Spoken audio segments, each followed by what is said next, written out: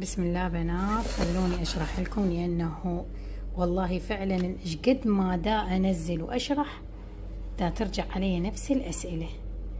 اول ما ننزل على اليوتيوب والحمد لله انه شلون نحتفظ بالمكونات من سنه ثانيه، وتنعاد علي الاسئله بكل مره ونفس الاجابات ونفس الاسئله.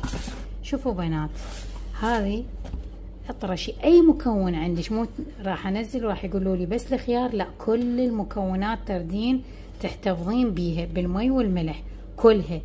انا دا ابين لك اطرشي موجود اللي هو الخيار وما يتحمل. تشوفين هاي العلبه اظن تارسه البيوت، كل بيت بيها. شوفوا هاي العلبه ايش قد صار لها، والله ما اعرف اكلها الملح. شوفوا وناقصه، هاي مو هسه نقصت، هاي كنت ما درجه الملح يطلع لي.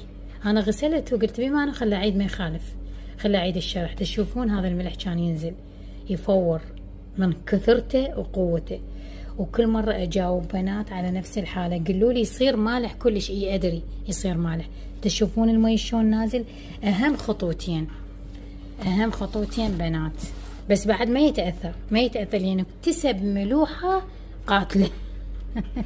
بعد ما يتاثر بنات.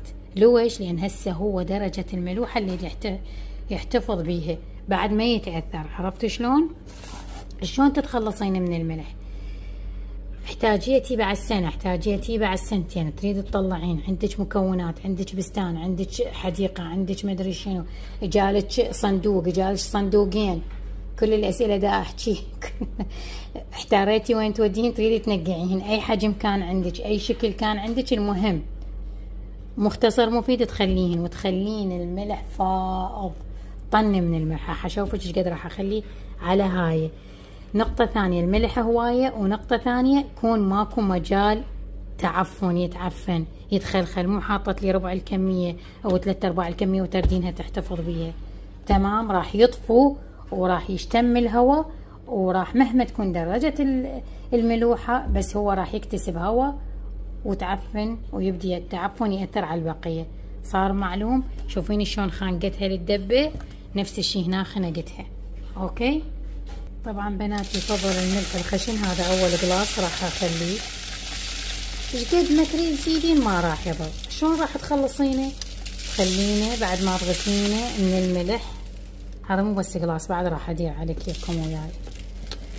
تمام، تخلينه تشطفينه بمي صافي من الملح، بعد ما طبعا تريد تصفينه، وتعيدين عليه بعد ساعتين، بعد 3، كل مرة تجددين المي، كل مرة تجددين، مدة يوم تكملينه انت يصفى.